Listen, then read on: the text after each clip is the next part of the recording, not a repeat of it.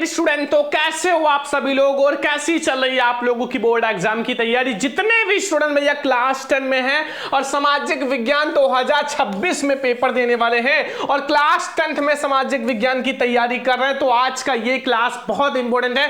आज मैं आप लोगों को सामाजिक विज्ञान की पूरी किताब के सभी महत्वपूर्ण प्रश्न बताऊंगा और वो प्रश्न बताऊंगा जो बोर्ड एग्जाम में बिल्कुल 100% आएगा। ठीक है, इसके बाहर आपका एक भी क्वेश्चन बोर्ड एग्जाम में नहीं आएगा।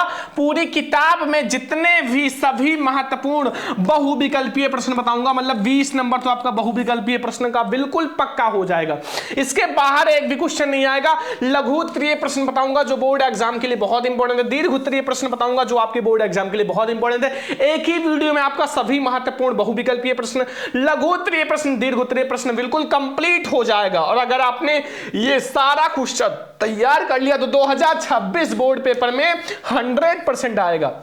2026 बोर्ड में 100% यही क्वेश्चन आएगा जो आज मैं आप लोगों को कराने वाला हूं। तो आज की इस वीडियो को सभी स्टूडेंट लाइक करना। इस वीडियो पे जैसे ही 2000 लाइक हो जाएगा मैं आप लोगों को और भी सब्जेक्ट की क्लास लाऊंगा। तो आज के इस वीडियो को लाइक कर देना, शेयर कर देना और चैनल पे ना तो सब्सक्राइब भी कर देना। सबसे पहले हम लोग शुरुआत करते हैं महत्वपूर्ण बहुविकल्पीय प्रश्न से। जितने भी बहुविकल्पीय प्रश्न है फिर हम लोग लघु और दीर्घ स्टार्ट करेंगे। तो सबसे पहले हम लोग शुरुआत करते हैं महत्वपूर्ण बहुविकल्पीय प्रश्न से। तो वीडियो को लाइक कर दीजिए, शेयर कर दीजिए सभी फ्रेंड्स के साथ, चैनल पे ना सब्सक्राइब भी कर लेना। ठीक है, और सभी स्टूडेंट लाइक करो। फिर हम लोग शुरू करते हैं महत्वपूर्ण बहुविकल्पीय प्रश्न। तो चलो स्टार्ट करते हैं। मेरे प्यारे स्टूडेंट, जो मैं आप लोगों को ये सामाजिक विज्ञान का बहुविकल्पीय प्रश्न कराऊंगा ना, इसके बाहर आपके बोर्ड एग्जाम में नहीं आएगा। 20 में 20 नंबर आपका पक्का हो जाएगा। ठीक है, चाहे आप 10 साल पहले का पेपर उठा के देख लो, प्रीवियस ईयर पेपर उठा के देख लो, यहीं से सारा ऑब्जेक्टिव आया है। क्योंकि ये बहुत ज्यादा इंपॉर्टेंट है। अगर आपने ये 60 ऑब्जेक्टिव पढ़ लिया ना तो आपका इसके बाहर एक भी प्रश्न नहीं आएगा। तो ध्यान से समझना, नोट कर लेना। ठीक है, देखो पहला प्रश्न लिखा हुआ यंग इटली सोसाइटी का संस्थापक कौन था। बहुत इंपॉर्टेंट है भैया, यंग इटली सोसाइटी का जो संस्थापक था वो कौन था।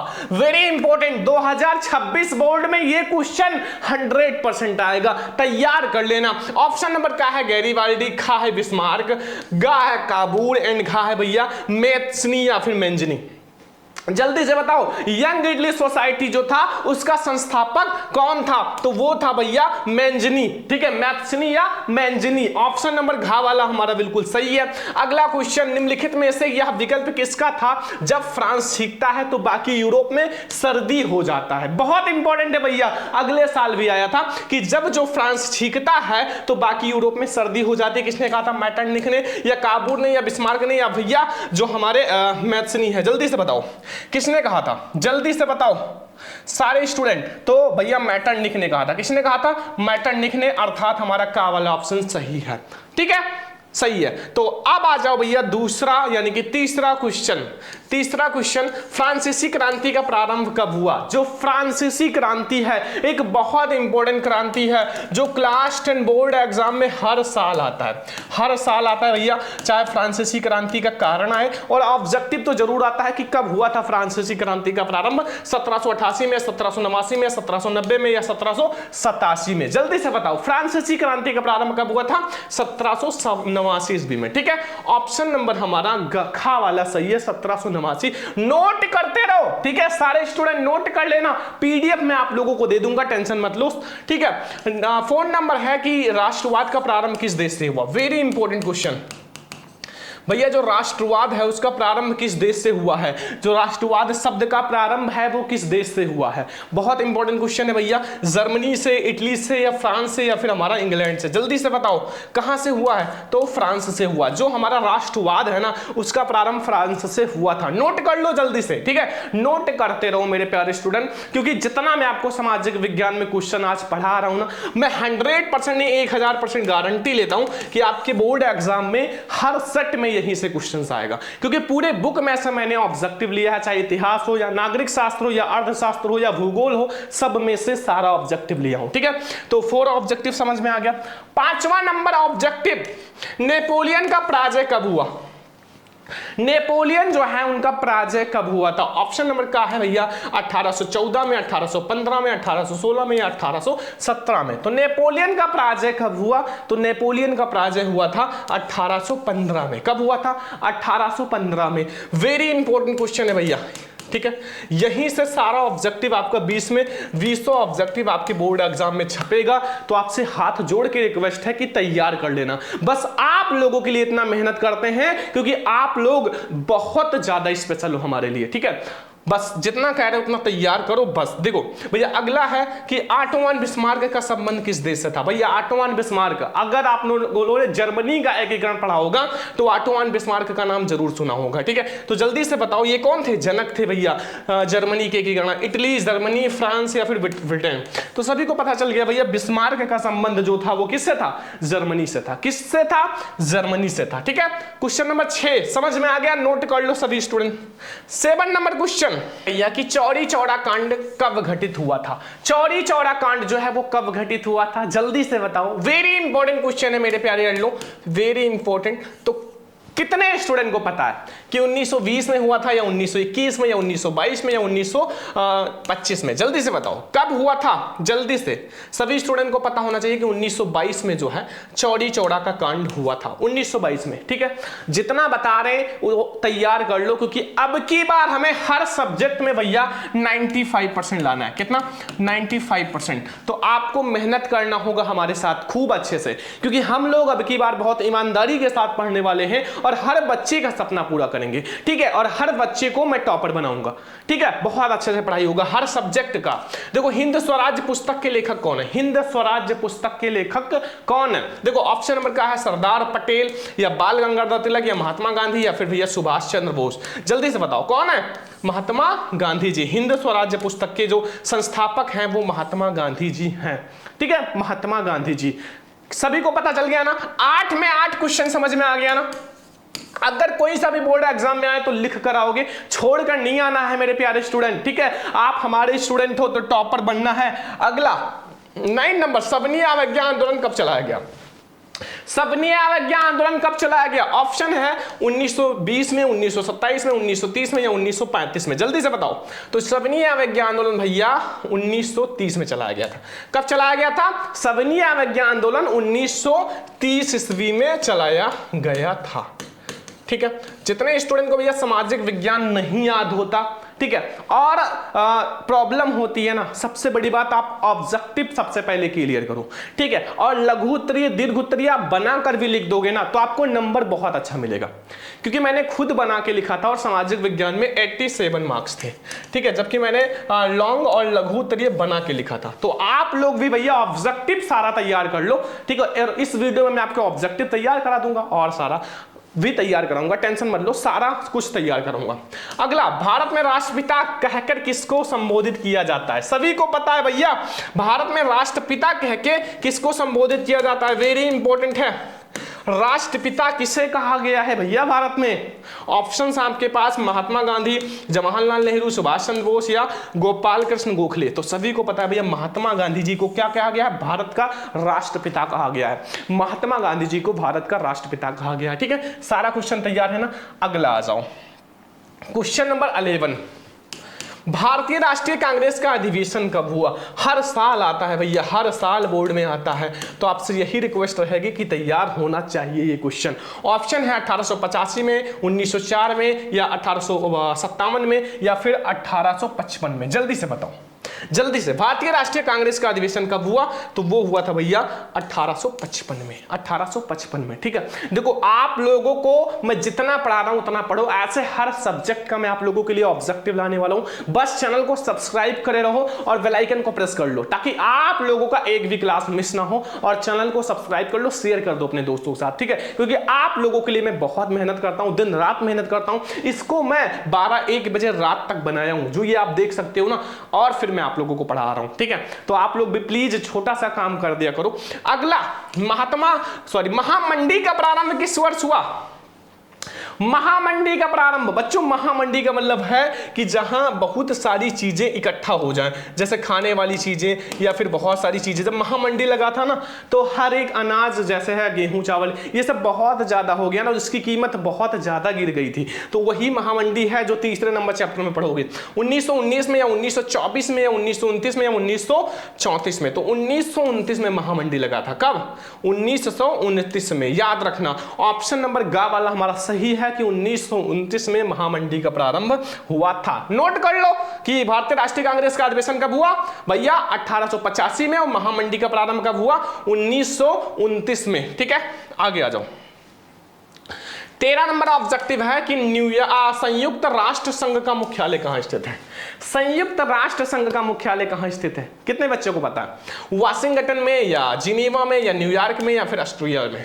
बताओ। संयुक्त राष्ट्र संघ का मुख्यालय, बहुत इंपॉर्टेंट क्वेश्चन है, बहुत इंपॉर्टेंट, हर साल बोर्ड में आता है, तो आपसे रिक्वेस्ट है तैयार कर लेना कि संयुक्त राष्ट्र संघ का मुख्यालय जो है वो न्यूयॉर्क में स्थित है। कहां स्थित है? न्यूयॉर्क में स्थित है। ठीक है, और एक क्वेश्चन भैया ये हर साल आता है, हर साल, और देख लेना 2026 में ये क्वेश्चन जरूर छपेगा, बस तैयार कर लो। कौन सा? देखो कि प्रथम विश्व युद्ध का प्रारंभ कब हुआ, प्रथम विश्व युद्ध कब हुआ था, फर्स्ट वर्ल्ड वॉर कब हुआ था। देखो 1904 में, सॉरी 1914 में या 1939 में या 1919 में या फिर 1942 में, जल्दी से बताओ प्रथम विश्व युद्ध कब हुआ? 1914 में। कितने बच्चे को पता था? 1914 में प्रथम विश्व युद्ध हुआ था। ठीक है, प्रथम विश्व युद्ध।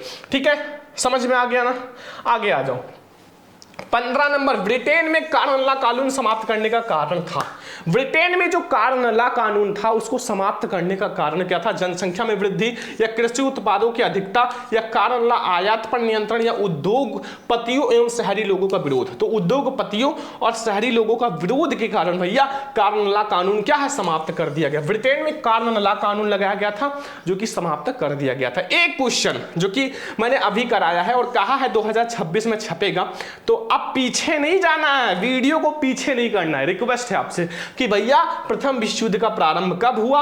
हर स्टूडेंट का भैया कमेंट आना चाहिए, हर स्टूडेंट का, हर छात्र का कमेंट आना चाहिए। ठीक है, इस वीडियो के नीचे। लेकिन अभी मैंने आगे पढ़ाया है, ऐसा नहीं है कि नहीं पढ़ाया, कि प्रथम विश्व युद्ध का प्रारंभ कब हुआ था। जल्दी से सारे स्टूडेंट कमेंट कर दो ताकि हमें पता चले कि बच्चे अच्छे से पढ़ रहे हैं, पूरा फोकस होकर भैया पढ़ रहे हैं। ठीक है, बहुत सारे बच्चे ऐसे हैं जो क्लास को ले तो रहे हैं लेकिन उनका ध्यान कहीं और है, तो वो नहीं बता पाएंगे, क्योंकि अभी मैंने जस्ट 2 क्वेश्चन पहले इसको पढ़ाया। ठीक है, तो सभी बच्चों का कमेंट आना चाहिए 16 नंबर क्वेश्चन में। 17 आ जाओ, 17 नंबर क्वेश्चन देखो कि 1929 में आर्थिक महामंदी का मुख्य कारण क्या था? 1929 में जो आर्थिक महामंदी का जो मुख्य कारण था वो क्या था? जल्दी से बताओ। 1929 में जल्दी से, कृषि क्षेत्रों में अधिक उत्पादन, या फिर हमारा अत्यधिक निवेश, या फिर बैंकों का निजीकरण, या फिर भैया उद्योगों की संख्या में वृद्धि। तो भैया आप लोगों को अगर बताया जाए तो कौन सा ऑप्शन सही होगा? ये वाला, कृषि क्षेत्र में अधिक उत्पादन। कृषि क्षेत्र में अधिक उत्पादन क्या था? महामंदी का मुख्य कारण था। सभी को पता है भैया कि कृषि में बहुत ज्यादा उत्पादन हो गया, बहुत ज्यादा गेहूं चावल और बहुत सारी चीजें बहुत ज्यादा हो गया, तो एक बहुत बड़ा महामंडी का ढेर लग गया। अब जब महामंडी लग गया ना तो वहां क्या हुआ कि चावल और धान इन सब की कीमतें क्या हुई? गिरने लगी, क्योंकि अब बहुत सारा है। तो क्या हुआ? ये सब सड़ने लगे। अब यही तो महामंडी हुआ कि बहुत सारा चीजें इकट्ठा हो जाए, तो कृषि में अधिक उत्पादन के कारण।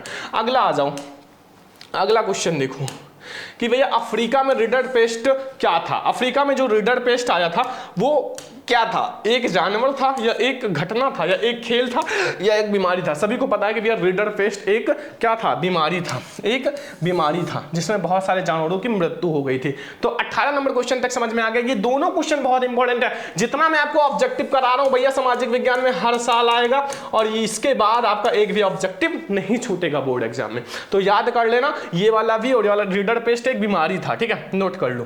अगला आ जाओ, 19 नंबर ऑब्जेक्टिव कि वर्नाक्युलर प्रेस एक्ट कब लागू किया गया, कब लागू किया गया था? 1875 में या फिर 1878 में या 1880 में या फिर 1885 में? जल्दी से बताओ। क्वेश्चन नंबर 19 का सॉल्यूशन यानी कि आंसर आप लोग जल्दी से बताओ भैया, कब हुआ था? 1878 में। कब हुआ था? 1878 में भैया हुआ था, याद रखना 1878 ईस्वी। देखो इसमें जो सन वगैरह होता है वो बहुत ज्यादा होता है, लेकिन आपको तो याद करना है, सुबह उठ के याद करो, ठीक है? तुक्का मत लगाओ, ज्यादा से ज्यादा याद करने की कोशिश करो, ना याद हो तो सामाजिक विज्ञान को रट डालो, रट लो पूरा, ठीक है? अगला है गुलामगिरी का लेखक कौन था? गुलामगिरी का लेखक कौन था? गुलामगिरी का डॉक्टर बी.आर. अम्बेडकर या ज्योतिबा फूले या फिर भैया कैलाश वासनी देवी या फिर रामा स्वामी नाइकर? गुलामगिरी के लेखक कौन है भैया? ज्योतिबा फूले जी है। कौन? ज्योतिबा फूले। तो यहां में 20 में 20 ऑब्जेक्टिव तो समझ में आ गया ना, अब कोई सा भी कंफ्यूजन नहीं होगा क्योंकि मैंने आपको 20 में 20 ऑब्जेक्टिव समझा दिया। बोर्ड एग्जाम 2026 के लिए बहुत स्पेशल है, तो ये नोट कर लो, फिर हम लोग आगे चलते हैं 21 नंबर क्वेश्चन पे। क्वेश्चन नंबर 21 अर्थात 21 नंबर समझो, पंजाब में भूमि निम्नीकरण का मुख्य कारण क्या है? वेरी इंपॉर्टेंट क्वेश्चन है भैया, भूगोल का हर साल बोर्ड में आने वाला क्वेश्चन है, हर साल। तो आपसे रिक्वेस्ट है कि भैया तैयार कर लेना कि पंजाब में भूमि निम्नीकरण का मुख्य कारण क्या है? गहन खेती या वन उन्मूलन या अधिक सिंचाई या फिर अति पशुचारण? देखो सबसे होता है निम्नीकरण, लेकिन पंजाब में पूछा है ना, क्योंकि एक राज्य में पूछा तो अधिक सिंचाई के कारण बहुत ज्यादा क्या होता है? भूमि निम्नीकरण का मतलब होता है भूमि नष्ट होता है, ठीक है? याद रखना। अगला क्वेश्चन 22 नंबर, निम्नलिखित में से किस राज्य में सीढ़ीदार खेती की जाती है? किस राज्य में भैया सीढ़ीदार खेती की जाती है? ऑप्शन है पंजाब में या हरियाणा में या उत्तर प्रदेश में या फिर उत्तराखंड में? जल्दी से बताओ कि किस राज्य में सीढ़ीदार खेती की जाती है? तो उत्तराखंड में। तैयार कर लो, ठीक है? कि पंजाब में भूमि निम्नीकरण का जो मुख्य कारण है वो अधिक सिंचाई है और सीढ़ीदार खेती कहां की जाती है? उत्तराखंड में। नोट कर लो 22 नंबर क्वेश्चन तक। 23 नंबर आते हैं, देखो 23 नंबर क्वेश्चन ध्यान से देखो, लिखा हुआ है कि इनमें से किस राज्य संघ राज्य क्षेत्र में काली मृदा पाई जाती है? किस राज्य संघ में काली मृदा पाई जाती है? जम्मू और कश्मीर, राजस्थान, महाराष्ट्र या फिर झारखंड? तो महाराष्ट्र में पाया जाता है भैया काली मृदा, ठीक है? अगर आप लोग मैप देखे होंगे ना तो सभी को पता होगा कहां पाया जाता है, इन चारों में से भैया महाराष्ट्र में। अगला लेटराइट मृदा निम्नलिखित में से कहां पाई जाती है? लेटराइट मृदा बहुत इंपॉर्टेंट है, जैसे हमारा ये वाला इंपॉर्टेंट है वैसे हमारा ये वाला भी इंपॉर्टेंट है। राजस्थान और हिमाचल प्रदेश या महाराष्ट्र या फिर हमारा उत्तर प्रदेश? जो जल्दी से बताओ, ये भी हमारा भैया महाराष्ट्र में ही पाया जाता है। लेटराइट मृदा भी कहां पाया जाता है? महाराष्ट्र में ही पाया जाता है, ठीक है? तो याद रखना काली मृदा भैया महाराष्ट्र में पाया जाता है और जो ये लेटराइट मृदा है ये भी महाराष्ट्र में ही पाया जाता है। 24 ऑब्जेक्टिव क्लियर हो गया होगा, कोई दिक्कत नहीं होगा। अगर कोई सा भी कंफ्यूजन है कमेंट बॉक्स में कमेंट कर दो, ठीक है? और अपना जोश कमेंट कर देना, ठीक है? आपका जोश कम होना नहीं चाहिए, एनर्जी नहीं कम होना चाहिए। पढ़ाई के लिए हमेशा एनर्जेटिक रहो, खाओ पियो एंड वाटर यानी कि जल, ज्यादा से ज्यादा पानी पियो ताकि आप लोग एनर्जेटिक रहो, ठीक है? ये ध्यान रखना। अगला 25 नंबर, इनमें से कौन सा संरक्षण तकनीक जो है या तरीका समुदायों की सीधी भागीदारी नहीं करता? कौन सा सीधी भागीदारी नहीं करता? ऑप्शन नंबर फर्स्ट है भैया, ऑप्शन नंबर हमारा फर्स्ट है कि संयुक्त वन प्रबंधन या बीच बचाओ आंदोलन या चिपको आंदोलन या फिर हमारा वन्य जीव परिसीमन वाला वन्य जीव पशु विहार का परिसीमन, ठीक है? ये वाला सही है, घा वाला ऑप्शन। ध्यान रखना, नोट कर लो, नोट कर लो सारे स्टूडेंट, ये वाला ऑप्शन सही है, ठीक है? आगे आओ भैया, हरा सोना निम्नलिखित में से किसको माना गया? हरा सोना सभी को पता होगा भैया, ग्रीन गोल्ड किसे कहा जाता है? प्राकृतिक वनस्पति को, घास और मैदान को हरे या फिर सघन नहीं, प्राकृतिक वनस्पति को कहा जाता है, जो नेचुरल हमारा वनस्पति है ना उसको कहा जाता है हरा सोना। हरा सोना इसको कहा जाता है, ध्यान रखना भैया। जितना पढ़ा रहे हैं पढ़ लो, 26 ऑब्जेक्टिव हो चुका है। 27 नंबर आ जाओ, निम्नलिखित में से कौन सा जो वक्तव्य है बहुउद्देशीय नदी घाटी परियोजना के पक्ष में नहीं तर्क नहीं दिया है? मतलब पक्ष में दिया गया तर्क नहीं है, नहीं वाला बताना है, वेरी इंपॉर्टेंट है, नहीं वाला बताना है। ऑप्शन आपके पास है का वाला भैया, देखो बहुउद्देशीय नदी घाटी परियोजना उस क्षेत्रों में जल लाती है जहां जल की कमी होती है, ठीक है? ये तो सही है। खा वाला बहुउद्देशीय नदी घाटी परियोजना बहाव के नियंत्रण और बाढ़ को काबू पाती है, ये भी सही है। अगला बहुउद्देशीय नदी घाटी परियोजना में वृहत स्तर पर विस्थापन होता है, आजीविका खत्म हो जाती है। आजीविका खत्म नहीं होती, तो ये तर्क क्या है? नहीं है। गा आपका गा वाला सही है, घा वाला भी गलत है, मतलब आपका गा वाला सही है। ध्यान रखना कि ये वाला ऑप्शन हमारा गा वाला सही है कि भैया आजीविका खत्म नहीं करती बहुउद्देशीय नदी घाटी परियोजना, ठीक है? 27 का ग वाला ऑप्शन सही है। 28 नंबर ऑब्जेक्टिव है, इनमें से कौन सी रबी की फसल है? कौन सी है जो एक रबी की फसल है मेरे प्यारे लाडलो? चावल, मोटे अनाज, चना, काला चना या कपास? जल्दी से बताओ तो क्या है? चना या फिर काला चना? चना या फिर काला चना क्या है? रबी की फसल है। याद रखना कि रबी की फसल जरूर आएगा या फिर खरीफ की फसल आ सकता है, ठीक है। रबी या खरीफ की फसल तो जरूर से तैयार कर लेना। या 29 निम्नलिखित में से कौन सी एक फलीदार फसल है? इनमें से किसमें फलियां लगती हैं? दाल में भैया फली लगता है, मोटे अनाज में नहीं लगता, तिल में भी नहीं लगता है, ज्वार में भी नहीं लगता, तो दाल क्या है? एक फलीदार फसल है। इसमें फूल लगता है। जब आप दाल की खेती देखोगे कहीं खेत में लगा हो, देखना, शहर के बच्चे नहीं जानते होंगे लेकिन गांव के देहात के बच्चे जानते होंगे, ठीक है। तो वो जो होता है दाल में भैया फलियां लगती हैं। आगे आ जाओ। कृतन दहन कृषि या झूम कृषि निम्नलिखित में से किस राज्य में पाई जाती है? कहां पाया जाता है? देखो ये जैसे नाम है ना, नाम सुनने में थोड़ा अजीब है, वैसे उत्तर प्रदेश में नहीं, राजस्थान में नहीं, उत्तराखंड में नहीं, भाई मिजोरम में थोड़ा इसका भी नाम अलग टाइप का है। तो कर्तन दहन कृषि या झूम कृषि कहां पाया जाता है? मिजोरम में पाया जाता है। कहां पाया जाता है? मिजोरम में, ठीक है। अगला क्वेश्चन मेरे प्यारे लाडलों, 31 नंबर श्वेत क्रांति, जो श्वेत क्रांति संबंधित है दुग्ध उत्पादन से, गेहूं उत्पादन से, मत्स्य उत्पादन से या मोटा अनाज उत्पादन से? तो भैया दुग्ध उत्पादन से। श्वेत अर्थात सफेद रंग का क्या होता है? दूध होता है। तो दूध क्या होगा? दुग्ध उत्पादन से क्या संबंधित होगा? श्वेत क्रांति, ठीक है, श्वेत क्रांति। तो ये 31 ऑब्जेक्टिव हो चुका है, जल्दी से तैयार कर लो, फिर हम लोग नोट कर लो, फिर हम लोग आगे बढ़ते हैं 32 नंबर पे। 32 नंबर ऑब्जेक्टिव देखो भैया, झारखंड में स्थित कोडरमा निम्नलिखित में से किसका अग्रणी उत्पादक है? जो झारखंड में स्थित कोडरमा है वो किसका अग्रणी उत्पादक है मेरे प्यारे स्टूडेंट? हर साल बोर्ड में आने वाला प्रश्न है। इतना मेहनत आप लोगों के लिए कर रहे हैं ना, सारा एक साथ में आप लोगों के लिए प्रश्न लाया हूं, बहुत ज्यादा मेहनत किया हूं, ठीक है। तो प्लीज आप लोग ध्यान से देखना, याद कर लेना, बस हमारा मेहनत का जो फल है वो जरूर मिले। आप लोग टॉपर बनो, 95% लाओ, टॉपर बनो और अपने सर का नाम भी आगे ले जाओ, अपने मम्मी पापा के नाम भी आगे ले जाओ, ठीक है। और सब कुछ आप लोग अपने दम पे करो, ठीक है। ध्यान रखना, बॉक्साइड है या अर्वरक है या लौह अयस्क है या फिर तांबा है? तो अर्वरक जो है वो झारखंड में स्थित कोडरमा का क्या है? अग्रणी उत्पादक है। क्या है? अग्रणी उत्पादक है। अगला आ जाओ, निम्नलिखित में से चट्टानों में से किस चट्टान की स्तरें जो है खनिज की निरपेक्ष और संचय होता है? तलछटी चट्टानें या फिर अज्ञेय चट्टानें या कालांतित चट्टानें? इनमें से कोई नहीं। तो भैया तलछटी चट्टानें जो है वो सही है, ठीक है। का वाला ऑप्शन हमारा सही है। क्वेश्चन नंबर 33 समझ में आ गया। 34 आ जाओ। निम्नलिखित में से कौन सा ऊर्जा परंपरागत स्रोत है? परंपरागत स्रोत इन चारों में से कौन है जो कि पुराना स्रोत है? देखो, सौर ऊर्जा है, कोयला है, पवन ऊर्जा है या फिर हमारा ज्वारीय ऊर्जा है? 34 नंबर का ऑब्जेक्टिव कौन सा सही है? भैया कोयला जो है वो एक परंपरागत ऊर्जा का स्रोत है, परंपरागत, ठीक है। कोयला वाला हमारा ऑप्शन सही है। खा वाला ऑप्शन सही है। क्या है? इन चारों में से एक परंपरागत ऊर्जा का स्रोत है। भैया 4 4 5 5 परंपरागत और अपरंपरागत तैयार कर लेना, ऑब्जेक्टिव के लिए भी, लघु दीर्घ के लिए भी। देखो, निम्नलिखित में से कौन सा खनिज आधारभूत है? इन चारों में से कौन सा खनिज है जो आधारभूत है? इन चारों में बताना है कौन सा खनिज है जो आधारभूत है। तो ऑप्शन है भैया मैग्नीज है, अर्वरक है, लौह अयस्क है या तांबा है? तो लौह अयस्क जो है मेरे प्यारे स्टूडेंट, गा वाला ऑप्शन, लौह अयस्क जो है, लौह अयस्क वो क्या है? एक आधारभूत खनिज है, आधारभूत खनिज है। अगला आ जाओ 36 नंबर।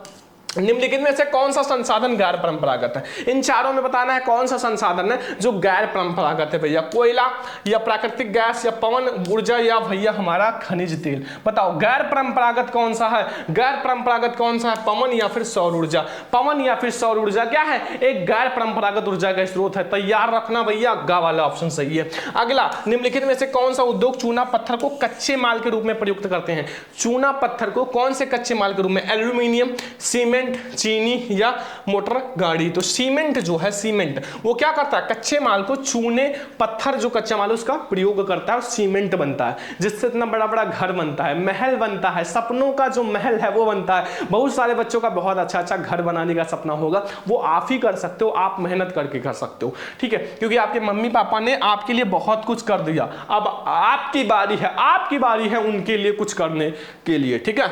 अगला निम्नलिखित में से कौन सा उद्योग बॉक्साइट को कच्चे माल के रूप में प्रयुक्त करता है? ठीक है, बॉक्साइट को कच्चे माल के रूप में प्रयुक्त कौन करता है? बॉक्साइट को। तो एल्यूमिनियम प्रगलन, या फिर हमारा कागज, या फिर सीमेंट, या फिर स्टील, जल्दी से बताओ। बॉक्साइट को कच्चे माल के रूप में प्रयुक्त कौन करता है? एल्यूमिनियम प्रगलन। कौन? एल्यूमिनियम प्रगलन। का वाला ऑप्शन सही है, ध्यान रखना। 39 नंबर ऑब्जेक्टिव, निम्नलिखित में से कौन सा परिवहन साधन भारत में प्रमुख है? भैया भारत में सबसे मेन जो है वो कौन सा है? ना तो पाइपलाइन है, पाइपलाइन तो नहीं है, और सड़क है भैया, क्योंकि सड़क बहुत ज़्यादा प्रयोग किया जाता है। रेल भी उतना नहीं है, वायु भी उतना नहीं है, सबसे ज़्यादा सड़क का प्रयोग किया जाता है भारत में, सड़क परिवहन। ठीक है, सड़कों का जाल है भारत में। पाइपलाइन नहीं है भैया, रेल भी नहीं है, सड़क परिवहन सबसे ज़्यादा अच्छा माना गया। ठीक है, सड़क परिवहन सबसे बेटर है भैया, नोट करते रहो।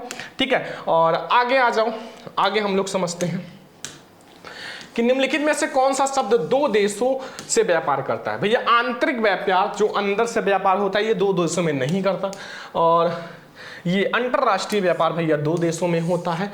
अब बाहरी व्यापार भी नहीं होता है, स्थानीय व्यापार भी नहीं होता। जो अंतरराष्ट्रीय व्यापार होता है ना, वो दो देशों के बीच में होता है, इंटरनेशनल जो व्यापार होता है। ठीक है, समझ में आ गया ना ये वाला। अगला आ जाओ भैया, निम्नलिखित में से किस वस्तु का निर्यातक भारत नहीं है? इन चारों में से कौन है जिसका निर्यातक भारत नहीं है? कॉफी, उर्वरक, तंबाकू या चाय?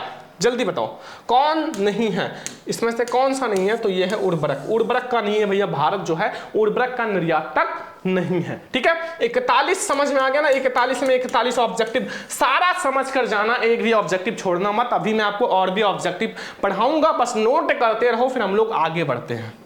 42 नंबर ऑब्जेक्टिव है, बेल्जियम की सामुदायिक सरकार में निम्नलिखित में से किसके मध्य सत्ता में साझेदारी है? ऑप्शन है भैया विभिन्न सामाजिक समूहों के मध्य, शासन के विभिन्न अंगों के मध्य, केंद्र और सरकार के मध्य, या राज्य सरकार और सामुदायिक सरकार के मध्य। तो याद रखना भैया कि हमारा का वाला ऑप्शन से विभिन्न सामाजिक समूहों के मध्य, अर्थात का वाला ऑप्शन हमारा सही है, तैयार रखना। ठीक है, 42 ऑप्शन। अगला 43 नंबर क्वेश्चन, श्रीलंका में निम्नलिखित में से कौन सा बहुसंख्यक वर्ग है? इन चारों में से कौन सा है जो श्रीलंका के बहुसंख्यक वर्ग है? इन चारों में से हमारा कौन सा है जो श्रीलंका का बहुसंख्यक वर्ग है?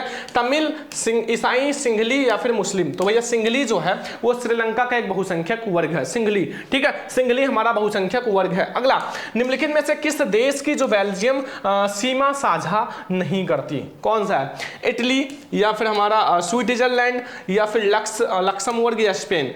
तो लक्समबर्ग हमारा सही है, गा वाला ऑप्शन। ठीक है, वेरी इंपॉर्टेंट, जितना क्वेश्चन करा रहे हैं भैया जल्दी जल्दी नोट कर लो और तैयार कर लो। आगे, निम्नलिखित में से कौन सा है जो संघीय, जो मतलब संघीय राज्य नहीं है? तो भैया मणिपुर तो एक संघीय राज्य है, हिमाचल प्रदेश भी है, दिल्ली एक संघीय राज्य नहीं है, अरुणाचल प्रदेश भी। दिल्ली एक सिटी है, राज्य नहीं है भैया, एक सिटी है। ठीक है, आगे, भारतीय संविधान की 18वीं सूची में कुल कितनी भाषाएं हैं? कुल कितनी भाषाएं भैया? 20 है, या 22 है, या 24 है, या 26 है? जल्दी से बताओ कितनी भाषाएं हैं? कुल 22 भाषाएं हैं। कितनी? 22 भाषाएं। 22 भाषाएं हैं, याद रखना भैया। 22 लैंग्वेज है भैया, 22 भाषा है, और आपको तैयार कर लेना। ठीक है, 46 ऑब्जेक्टिव कंप्लीट हो गया। बोर्ड एग्जाम में जाओगे एक भी छोड़कर नहीं आओगे ना। आगे आ जाओ बच्चों, आगे 47 नंबर भैया, भारत में पंचायती राज संस्था की स्थापना कब हुई? भारत में पंचायती राज संस्था की स्थापना कब हुई? ऑप्शन है भैया 1980, 1990, या 1992, या 2004? जल्दी से बताओ कब हुआ था? 1992 में भैया भारत में पंचायती राज संस्थाओं की स्थापना हुई थी।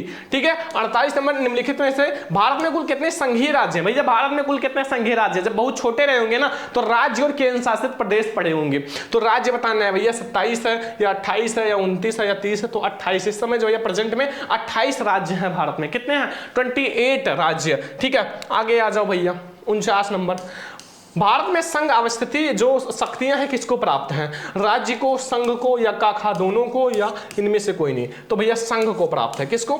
संघ को। और सारा गलत है, और सारा गलत है। आगे आओ, आगे, भारत में सर्वाधिक बोले जाने वाली लैंग्वेज कौन सा है? भारत में सबसे ज्यादा बोली जाने वाली जो भाषा है वो कौन सा है?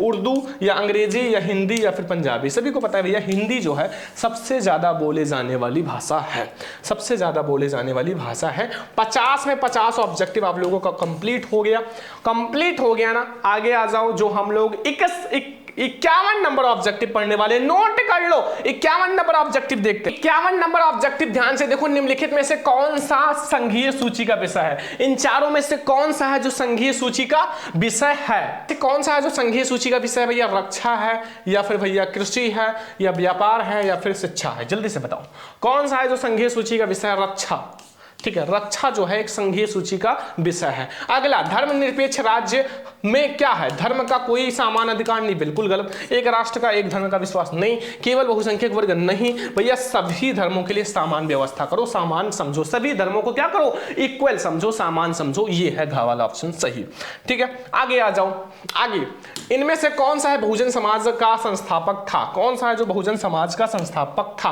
कांसीराम या साहू या B.R. अम्बेडकर या ज्योतिबा फूले? तो कौन से थे? कांसीराम जी, कांसीराम यानी कि का वाला सही है। आगे आओ, सामान्यतः किसी देश का विकसित विकास जो है निर्माण किस पर आधार या निर्धारित किया जा सकता है? देखो, प्रति व्यक्ति आय तो भैया चाहिए, बिल्कुल सही है। एंड औसत साक्षरता स्तर ये भी चाहिए, लोगों की स्वास्थ्य स्थिति ये भी चाहिए, यानी कि उपयुक्त में सभी, ये सभी चीजें जब पता होगा तब हम किसी जो राज्य है या देश है उसका क्या करेंगे? विकास नाप पाएंगे, ठीक है। 55 नंबर ऑब्जेक्टिव, किसी देश की विकास निर्धारित करने का आधार है। ये भी सेम ही क्वेश्चन है, लगभग थोड़ा सा चेंज है कि स्वस्थ व शिक्षा स्तर बिल्कुल सही है, प्रति व्यक्ति आय बिल्कुल सही है, व्यक्तियों की साक्षरता दर, यानी कि ये सभी जरूरी है, सभी जरूरी है, ठीक है। आगे आ जाओ। 56 नंबर, निम्नलिखित में से कौन सा विकसित देश है? इन चारों में से कौन सा है जो एक विकसित देश है? ऑप्शन है ब्राजील या भारत या फ्रांस या बांग्लादेश। तो भैया विकसित बताना है तो भैया बांग्लादेश जो है, सॉरी फ्रांस जो है एक विकसित देश है। फ्रांस, ठीक है, ये सब कहाँ यार विकसित है? फ्रांस जो है एक विकसित देश है। 56 वाला सही है, 56 का गा वाला। अगला 57 नंबर ऑब्जेक्टिव, सार्वजनिक निजी क्षेत्र के आधार पर विभाजन होता है। पहला, रोजगार की शर्तें या आर्थिक गतिविधियों के स्वभाव या उद्गमों की स्वामित्व। तो भैया ये क्वेश्चन आप लोगों ने बहुत बार देखा होगा, हर साल बोर्ड में छपता है। यहां से आपका 20 में 20 तो पक्का हो ही जाएगा भैया, इससे बाहर सामाजिक विज्ञान में एक भी ऑब्जेक्टिव नहीं आएगा। एक वस्तु का अधिकांशतः प्राकृतिक निर्माण होता है। प्राकृतिक प्रक्रिया के दौरान निर्माण किसके द्वारा होता है? देखिए, एक होता है प्राथमिक क्षेत्रक, एक होता है द्वितीय क्षेत्रक, एक तृतीय क्षेत्रक। तो प्राकृतिक, प्रा मतलब प्राकृतिक और प्रा मतलब प्राथमिक क्षेत्रक। भैया प्राथमिक क्षेत्रक के द्वारा सबसे ज्यादा होता है प्राकृतिक निर्माण। आगे आ जाओ। 59 नंबर, निम्नलिखित में से किस वर्ष महात्मा गांधी जो है रोजगार गारंटी एक्ट योजना चलाई? ठीक है, तो ऑप्शन है भैया 2008 में या 2010 में या भैया 2005 में या 2000 में? जल्दी से बताओ। तो 2005 में। कब? 2005 में, ठीक है, 2005 में। 60 अर्थात लास्ट ऑब्जेक्टिव है भैया कि निम्नलिखित में से किसको सेवा क्षेत्रक कहा जाता है? तो तृतीय क्षेत्रक को सेवा क्षेत्रक कहा जाता है, तृतीय क्षेत्रक को। तो यहां से मैंने आपको 60 में 60 ऑब्जेक्टिव बता दिया और आई होप कि आप लोगों को समझ में आ गया होगा, एक भी क्वेश्चन आपका नहीं छूटा होगा, क्योंकि मैंने आपको बहुत सारे ऑब्जेक्टिव करा दिए। देखो बहुत सारा ऑब्जेक्टिव, अब ये सब पीडीएफ भैया आप लोगों को मिल जाएगा, ठीक है। आप लोग जाके सरवन लेक्चर ऐप डाउनलोड कर लो और जो आप लोगों के लिए टॉपर बैच बनाया गया है ना, टॉपर बैच, वो आप लोग ज्वाइन कर लो, ठीक है। और आप लोग इस नंबर पे कॉल कर सकते हो या व्हाट्सएप कर सकते हो भैया, 99 18 86 31 96। बहुत स्पेशल बैच है, यहां से आप भैया टॉपर बन जाओगे, 95% आएगा, ठीक है। तो ये हमारा सामाजिक विज्ञान का ऑब्जेक्टिव आप लोगों ने तैयार कर लेना है, क्योंकि अगर बोर्ड एग्जाम में 95 लाना है तो ये सारा आप तैयार कर लो। लोगों को भैया सामाजिक विज्ञान के ऑब्जेक्टिव क्वेश्चन तो समझ में आ ही गए होंगे।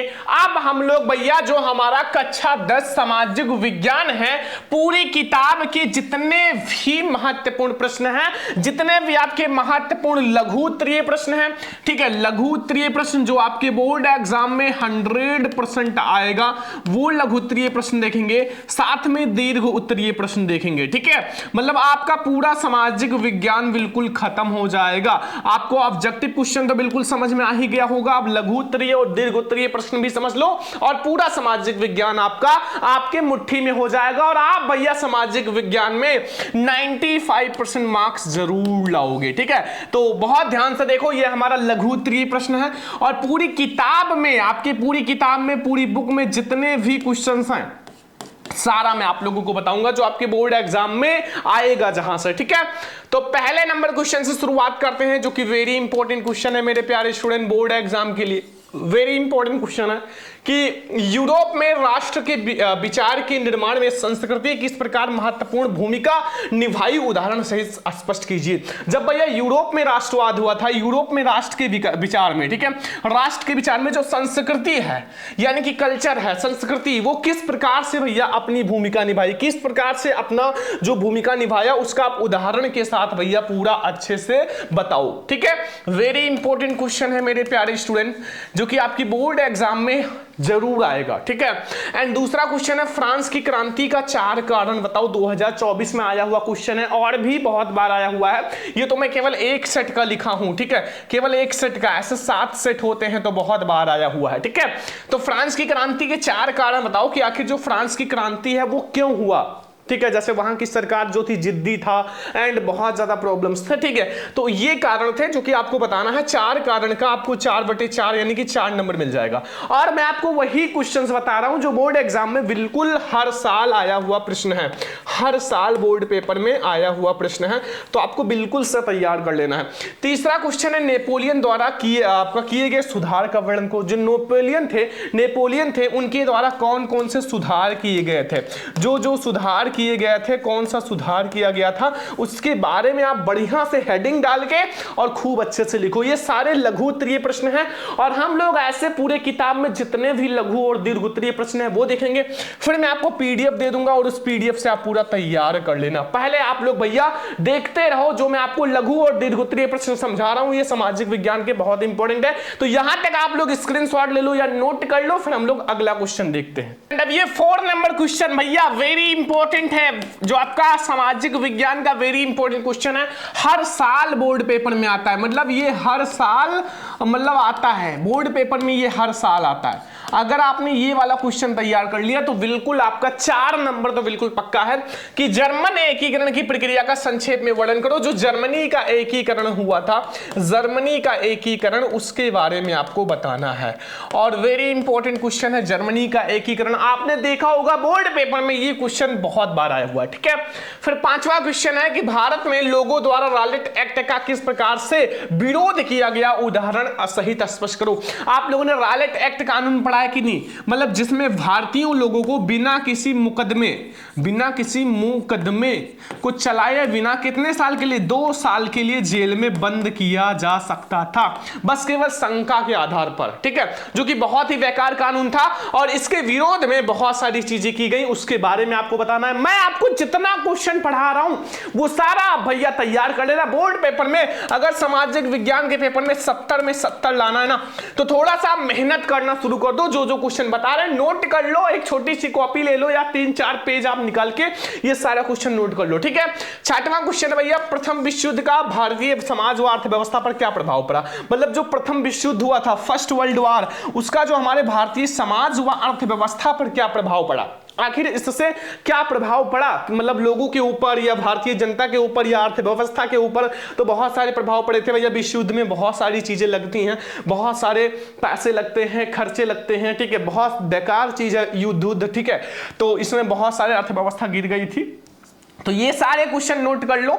अगला क्वेश्चन हम लोग देखते हैं, क्वेश्चन नंबर 7, जो कि बहुत ही ज्यादा स्पेशल क्वेश्चन है मेरे प्यारे स्टूडेंट, आप लोग जरूर से तैयार करना। सत्याग्रह के विचारों का क्या मतलब है, मतलब हर साल आता है भैया सत्याग्रह, जो कि आप लोगों ने पढ़ा होगा। सत्याग्रह का मतलब होता है सत्य की तरफ आग्रह।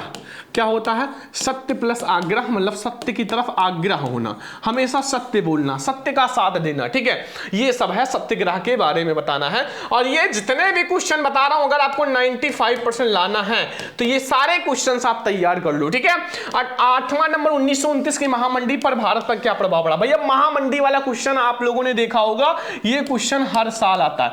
देखो जितना लघु और जितना दीर्घ बताऊंगा, अगर आपने तैयार कर लिया ना, तो बिल्कुल आप ये समझो कि आपका बिल्कुल पेपर में धुआं उड़ा दोगे। ठीक है, देखो महामंडी के बारे में आपको तैयार कर लेना है, क्योंकि महामंडी कब हुआ था ये भी आपको ऑब्जेक्टिव में आता है। तो याद रखना 1929 में हुआ था, और इसका कारण भी याद कर लेना। कारण प्रभाव तो आप याद ही करो, साथ में इसका कारण भी तैयार कर लेना। 9 नंबर क्वेश्चन है ब्रेटन वुड्स समझौता का क्या अर्थ है। मतलब जो ब्रेटन वुड्स समझौता हुआ था उसका क्या अर्थ है, क्या मीनिंग्स है ब्रेटन वुड्स समझौता का, जो कि आपको अर्थ बताना है और आपको 4 नंबर देकर चला जाएगा। तो बहुत बहुत इंपॉर्टेंट क्वेश्चन है, जितना भी मैं आपको क्वेश्चन करा रहा हूं बहुत स्पेशल है, प्लीज आप लोग सारा नोट कर लेना और आज की इस क्लास को सभी स्टूडेंट के पास शेयर करना, जो भी आपके क्लासमेट हैं या कोचिंग फ्रेंड हैं या कोई भी है, ठीक है, सबके पास शेयर करना। स्क्रीनशॉट ले लो। 10 नंबर क्वेश्चन मेरे प्यारे स्टूडेंट, यहां देखो आ गया ना, मैंने बताया था महामंडी का कारण भी तैयार कर लेना और डायरेक्टली क्वेश्चन यहां आ चुका है, महामंडी के कारण की व्याख्या करो। वेरी इंपॉर्टेंट है, मतलब वेरी इंपॉर्टेंट क्वेश्चन है कि महामंडी का क्या कारण है, आखिर महामंडी क्यों हुआ, महामंडी का कारण बताओ। तो बेहद इंपॉर्टेंट क्वेश्चन है, सामाजिक विज्ञान का ये वायरल क्वेश्चन है, ठीक है। और आज आपका सामाजिक विज्ञान पूरा खत्म करा देंगे, बस आप लोग बहुत ध्यान से देखते रहो, क्वेश्चंस को नोट करते रहो। अगला क्वेश्चन देखो, एक और प्रथम विश्व युद्ध से रिलेटेड है। प्रथम विश्व युद्ध के समय भारत पर औद्योगिक उत्पादन क्यों बढ़ा, मतलब जो प्रथम विश्व युद्ध के दौरान भारत का औद्योगिक उत्पादन क्यों बढ़ा, मतलब औद्योगिक उत्पादन क्यों बढ़ा, इसके बारे में बताना है। तो आप बताओ कि क्यों बढ़ा, ठीक है। आपको 4 नंबर लेने के लिए, देखो 4 नंबर के लिए कम से कम 2 पेज लिखना ही पड़ेगा, अगर 6 नंबर का है तो 3 पेज लिखना पड़ेगा, ठीक है, ध्यान रखना। 12 नंबर क्वेश्चन है, मुद्रण संस्कृति ने भारत के राष्ट्रवाद के विकास में क्या मदद की, मतलब जो मुद्रण संस्कृति है वो भारत के राष्ट्रवाद में क्या मदद किया, मतलब जो हमारी मुद्रण संस्कृति है इसने क्या हेल्प किया, क्या मदद किया, उसके बारे में आपको डिस्कस करना है, जो कि बहुत ज्यादा इंपॉर्टेंट क्वेश्चन है। पूरे बुक में जितने भी क्वेश्चन है सारा मैंने ले आया है, आपको पेपर में 70 में 70 लाने के लिए बहुत हेल्प करेगा। यही क्वेश्चन सारा आएगा पेपर में, यहीं से सारा क्वेश्चन छपेगा, बस आप तैयार कर लो और बोर्ड एग्जाम में जाओ धुआं उड़ा दो, ठीक है। यहां तक आप नोट कर लो। 13 नंबर क्वेश्चन देखो मेरे प्यारे स्टूडेंट कि भूमि के ह्रास या निम्नीकरण का क्या अर्थ है। भूमि निम्नीकरण का मतलब होता है भूमि का ह्रास। ह्रास का मतलब क्या होता है, ह्रास का मतलब होता है खत्म होना, खत्म होने का मतलब धीरे धीरे मतलब खत्म होना, ठीक है, ह्रास होना। तो भैया भूमि ह्रास से या भूमि निम्नीकरण का क्या अर्थ है, भूमि ह्रास के उत्तरदायी कारण बताओ। भैया भूमि ह्रास के कौन कौन से कारण, अगर जब भैया आंधी चलता है, जब मिट्टी उड़ती है तो इससे क्या होता है, भूमि का ह्रास होता है। जब आप सिंचाई करते हो तो सिंचाई के साथ साथ जो मिट्टी बहती है इससे क्या होता है, मिट्टी कम होता है और भूमि का ह्रास होता है। ऐसे ही आपके बहुत सारे कारण हैं। जब पशु चारण करते हैं तो भैया भूमि क्या है, भूमि को ऐसे ऊपर, मतलब जब घास वगैरह खाते हैं तो उसमें भूमि भी जो मिट्टियां हैं चली आती हैं, इससे भी भूमि का ह्रास है। तो बहुत सारे कारण लिख सकते हो, अगर आपने थोड़ा सा बुक में पढ़ा होगा, गाइड में पढ़ा होगा तो बहुत सारे कारण है, ठीक है। अगला क्वेश्चन 14 नंबर, 3 राज्यों के नाम बताइए। 3 ऐसे राज्य के नाम बताने हैं जहां काली मृदा पाई जाती है, ठीक है। देखो जब मैं आप लोगों को मैप पढ़ाऊंगा ना, मैप तो आप केवल काली नहीं, आप काली मृदा भी बता दोगे कहां कहां पाया जाता है, जलोढ़ मृदा भी बता दोगे, साथ में पीली मृदा भी बता दोगे। जितनी भी मृदा है सारा आप एक चुटकी में, जैसे कहते हैं 2 मिनट में आप बता दोगे कि भैया कहां कहां पाया जाता है ये सारी मृदाएं। उसके लिए थोड़ा सा आपको मैप समझना पड़ेगा, थोड़ा सा मेहनत करना पड़ेगा बस। एंड इसमें मुख्य रूप से कौन सी फसल उगाई जाती है तो ये आपको पता होना चाहिए, का से काली और का से कपास। मतलब काली मृदा में कपास की खेती बहुत अच्छी होती है, लाजवाब, मतलब उत्पादन बहुत ज्यादा होता है, ठीक है, उत्पादन बहुत ही ज्यादा होता है। तो आपको पहले 3 राज्यों के नाम बताना है, ठीक है। फिर आपको एक मुख्य फसल जो कि आपका कपास की फसल है, बस बहुत छोटा सा क्वेश्चन है, लेकिन आपके बोर्ड एग्जाम में ये 4 अंक का आता है। 15 नंबर क्वेश्चन, जैव विविधता का क्या अर्थ है, मतलब जैव विविधता क्या है, आखिर जैव विविधता के बारे में आप बताओ और मानव जीवन में इसकी क्या महत्वता है। आखिर जैव विविधता का मानव जीवन में क्या महत्व है, आपको महत्व के बारे में बताना है, ठीक है। महत्व क्या है भैया जैव विविधता का एक इंसान की लाइफ में, ठीक है। तो ये आपके 15 क्वेश्चन हो चुके हैं, सारे स्टूडेंट नोट कर लेना, बिल्कुल बोर्ड एग्जाम में यहीं से क्वेश्चन आएगा, तो आप लोग नोट कर लो। फिर हम लोग 16 नंबर क्वेश्चन देखते हैं। प्यारे स्टूडेंट अब 16 नंबर क्वेश्चन देखो, बहुत इंपॉर्टेंट। देखो अब आप लोगों को जो क्वेश्चन मैं बताऊंगा वो बहुत ज्यादा स्पेशल होगा। देखो आप लोग देख लो 2023 में, 2024 में, 2025 में, 2020, 21, मतलब हर साल पेपर में आता है, ठीक है। जो क्वेश्चन आपको 2 से 3 बार दिखे कि आया हुआ है तो वो क्वेश्चन बिल्कुल इंपॉर्टेंट है, ठीक है। जैसे भारत में वन्य जीव संरक्षण के उपाय समझाइए, मतलब जो भारत है, भारत में कैसे वन्य जीव संरक्षण किया जाता है, ठीक है। अब जब वन्य जीव संरक्षण का आप उपाय समझा दोगे ना तो आपको उपाय देखो अगर आपको नहीं आता तो आप भैया सामाजिक विज्ञान में ऐसा थोड़ी है कि आप खाली पेज छोड़ाओगे, बनाकर लिखो। वन्य जीव संरक्षण लिख दो, बहुत सारी चीजें हैं, ठीक है। मतलब वन्य मतलब जो वन्य होते हैं, जीव मतलब जो वहां रहने वाले लोग होते हैं, और संरक्षण मतलब उसको बचाना, तो आप किसी भी तरीके से बचाओ, देहाती भाषा में, मतलब अपनी भाषा में जो भी भाषा है उस तरह से बचाओ, ठीक है। तो आप लिखना जरूर छोड़कर मत आना। अगला है भारतीय कृषि के कोई 3 विशेषताएं लिखो। भैया भारतीय कृषि की कोई 3 विशेषताएं, आपके बोर्ड एग्जाम में बहुत बार है, 2020 में आया हुआ, 21 में, 22 में, ऐसे आपके बहुत बार आया हुआ है। तो भारतीय कृषि की कोई 3 विशेषता बहुत सारी है, ठीक है, बहुत सारी विशेषताएं हैं। जैसे आपका सिंचाई के लिए प्रबंधन बहुत अच्छी व्यवस्था है, बीज अच्छे बीज का होना, ठीक है। तो ऐसे बहुत सारी विशेषताएं लिख सकते हो। कमी भी आता है भैया कि भारतीय कृषि की कोई 3 कमी लिखो, तो आप बना के लिखना, ऐसा नहीं कि बिल्कुल किताबी भाषा छाप दो, खुद से माइंड लगाना और खूब अच्छे से लिखना, ठीक है। 18 चावल, धान की खेती के लिए उपयुक्त भौगोलिक परिस्थितियों का वर्णन करो। मतलब जो चावल होता है, धान की खेती कैसे किया जाता है। अच्छा बताओ, देखो हर बच्चा जो भी होगा, गांव से होगा, किसान का बच्चा होगा, उसको पता होगा यार, दिन भर धान ही खेती देखता होगा, ठीक है, मतलब धान ही खेती करता होगा, तो उसको पता होगा कि कैसे धान की खेती करते हैं। पहले क्या करते हैं भैया, धान की खेती के लिए पहले हम लोग बीज डालते हैं एक जगह, ठीक है, डायरेक्टली खेत में नहीं डालते, पहले बीज को एक छोटे से खेत में डालते हैं ताकि वहां बीज जो है वो मतलब पौधा लगे। फिर उसमें जब खेत में भैया पानी वगैरह भर के, ट्रैक्टर वगैरह चला के उसको बढ़िया से करते हैं, फिर ये बीज उखड़वाते हैं, मतलब मजदूर से, फिर यहाँ आप लगवाते हो दूर दूर, ठीक है। तो ऐसे धान की खेती फिर धीरे धीरे भैया उसमें पानी देते हो, खाद देते हो और भी बहुत सारी चीजें करते हो, फिर आपकी धान होती है। इतना आसान नहीं होता, शहर के लोग जो हैं, इतना आसान नहीं होता खेती करना, ठीक है। चावल बनाने में बहुत टाइम लगता है, चावल को पैदा करने में। एनसीईआरटी का 2020 में आया हुआ है, तो आप लोग भैया ये जरूर तैयार करना, चावल या धान की खेती के लिए उपयुक्त भौगोलिक परिस्थितियों का वर्णन करना, ठीक है, बहुत इंपॉर्टेंट है। चलो आ जाओ भैया, 19 नंबर क्वेश्चन, कृषि उत्पादन में वृद्धि सुनिश्चित करने के लिए सरकार द्वारा किए गए आपको उपाय बताना है। मतलब जो सरकार के द्वारा किए गए उपाय है, मतलब कृषि उत्पादन की वृद्धि का मतलब होता है ज्यादा पैदा करना। अब एक बात याद रखना, जितना भी मैं आपको क्वेश्चन करा रहा हूं ना, मतलब आज मैं जितना भी लघु और दीर्घ उत्तरीय कराऊंगा, ये क्वेश्चन बिल्कुल वायरल प्रश्न है, और वायरल प्रश्न के साथ साथ यही क्वेश्चन आपके बोर्ड पेपर में छपेगा। अगर आपको टॉपर बनना है, देखो मैं आप लोगों को यही बता सकता हूं कि आप लोगों को पढ़ा सकता हूं, बता सकता हूं, पीडीएफ दे सकता हूं, पढ़ना आपको पड़ेगा, मेहनत आपको करना पड़ेगा। आप कितना मेहनत करते हो ये आपके ऊपर डिपेंड करता है, आपका मार्क्स कितना आएगा। क्योंकि अगर आप 2 घंटे पढ़ते हो तो टॉपर 10 घंटा पढ़ रहा है, तो आप टॉपर नहीं बनोगे 2 घंटे पढ़ के, टॉपर वही बनेगा जो 10 घंटा पढ़ के एकदम रगड़ के सिलेबस खत्म कर दिया। तो आप भी मेहनत करो, आप 2 घंटे के बजाय 12 घंटा करो, टॉपर 10 घंटा पढ़ रहा है, देखो आप टॉपर बन जाओगे, ठीक है। तो ये हमारा हो गया। फिर 20 नंबर क्वेश्चन है, हमें खनिजों के संरक्षण की क्यों आवश्यकता है। एनसीईआरटी का 2022 में आया हुआ कि खनिज का संरक्षण भाई नहीं करोगे तो धीरे धीरे क्या हो जाएगा, खनिज जो है वो खत्म हो जाएगा, और अगर खत्म हो जाएगा तो बहुत सारी प्रॉब्लम आएंगी। इसलिए हमें खनिजों का संरक्षण करना चाहिए, उसको बचाना चाहिए। जैसे आप हर एक चीज को बचाते हो ना, मतलब उसी टाइप से भाई खनिजों को भी बचाओ, ठीक है, खनिज को भी बचाओ, क्योंकि खनिज भी बहुत ज्यादा इंपॉर्टेंट चीज होता है। तो ये हमारा 20 क्वेश्चंस हैं जो कि आपके सारे लघु उत्तरीय प्रश्न हैं, ठीक है। पूरा आपका, चाहे आपका भूगोल हो, सारा मैंने लिया है, चाहे आपका भूगोल हो बच्चों, ठीक है, चाहे आपका इतिहास हो, चाहे आपका अर्थशास्त्र और चाहे आपका नागरिक शास्त्र हो, मतलब सारा आज मैंने आप लोगों को ले लिया है नागरिक शास्त्र, ठीक है, नागरिक शास्त्र सारा एक ही क्लास में है। देखो यहां जैसे 16 नंबर कुछ 21 नंबर है, लौह और अलौह खनिज में अंतर स्पष्ट कीजिए, ठीक है।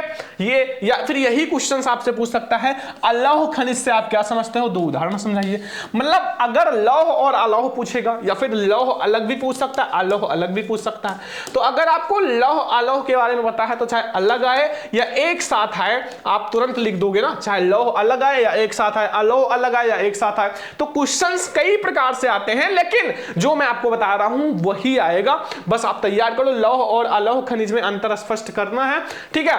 अगला और बहुत इंपॉर्टेंट है, ये वाला क्वेश्चन बहुत इंपॉर्टेंट है, एक ना एक इन दोनों में से जरूर आएगा।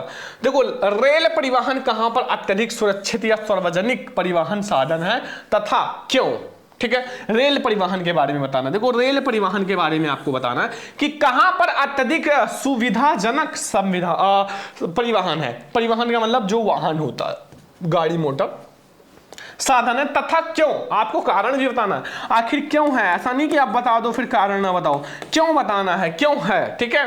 ये हो गया हमारा 22 नंबर क्वेश्चन। 23 नंबर क्वेश्चन देखो मेरे प्यारे स्टूडेंट, सत्ता की साझेदारी क्यों जरूरी है, एक तर्क दीजिए, वेरी इंपॉर्टेंट। भाई सत्ता की साझेदारी, या फिर इसी क्वेश्चन को आपसे पूछ सकता है, सत्ता की साझेदारी लोकतंत्र की आत्मा है, इस कथन का विवेचना कीजिए। वेरी इंपॉर्टेंट है, मतलब आपको विवेचना करना है कि सत्ता की साझेदारी लोकतंत्र की आत्मा है। अगर लोकतंत्र की आत्मा है तो क्यों आत्मा है, यह आपको बताना है, और बहुत इंपॉर्टेंट क्वेश्चन है ये वाला क्वेश्चन। अब मैं आपको जो बताने वाला हूं ये हर साल पेपर में आता है, हर साल, और नागरिक शास्त्र के जो आपका 2026 में ये क्वेश्चन छपेगा, बिल्कुल छपेगा, जाके देख लेना पेपर में। संघवाद के बारे में जरूर आएगा 24 नंबर क्वेश्चन। संघवाद क्या है, इसकी प्रमुख विशेषता लिखिए। संघवाद के बारे में बोर्ड एग्जाम में जरूर ही आएगा। और संघवाद क्या है, सबसे पहले आप ये बताओ कि है क्या संघवाद, उसका आपको संघवाद के बारे में बताना है, फिर इसकी विशेषता के बारे में बताना है कि इसकी विशेषता क्या क्या होती है, ठीक है। अगला ये भी बहुत इंपॉर्टेंट है, 1992 संविधान संशोधन से पहले तथा बाद स्थानीय शासन के दो महत्वपूर्ण अंतरों को बताइए। जब 1992 संविधान संशोधन हुआ था, मतलब संविधान का संशोधन का मतलब बदलाव, क्या बदलाव, संशोधन का मतलब किसी चीज में संशोधन का मतलब होता है बदलाव। तो पहले और बाद, मतलब संविधान संशोधन से पहले क्या चीज था, बाद में क्या चीज था, उनके स्थानीय शासन के दो महत्वपूर्ण अंतर बताना है। आखिर इन दोनों में क्या डिफरेंस है, क्या अंतर है, ठीक है। 25 नंबर क्वेश्चन तक सभी स्टूडेंट नोट कर लो, और पीडीएफ मैं आप लोगों को दे दूंगा। अभी आप लोग क्वेश्चन को सारा समझो, क्योंकि सामाजिक विज्ञान भाई एक ऐसा सब्जेक्ट है जिसमें हर बच्चे को प्रॉब्लम है, लेकिन हम हैं तो आपको टेंशन नहीं लेना है, सारा सामाजिक विज्ञान का धुआं उड़ा देंगे बोर्ड पेपर में। 25 नंबर क्वेश्चन तक नोट कर लो, फिर हम लोग आगे बढ़ते हैं। 26 नंबर क्वेश्चन स्टार्ट होता है, भारत एक धर्मनिरपेक्ष या पंथ निरपेक्ष देश है, ठीक है, और किन्हीं तीन प्रावधानों के आधार पर आप स्पष्ट कीजिए कि कैसे भारत जो है एक धर्मनिरपेक्ष मतलब देश है, धर्मनिरपेक्ष देश है। देखो बच्चों, अगर आप लोग थोड़ा सा मेहनत कर लोगे ना, थोड़ा सा, मैं ज्यादा नहीं कह रहा हूं, आप इतना मेहनत कर लो कि हर स्टूडेंट कम से कम 85% लाओ, 85% प्लस लाओ, ठीक है भाई। 90% 95% वाले बच्चे तो लाएंगे ही, लेकिन हर स्टूडेंट 85 प्लस लाओ।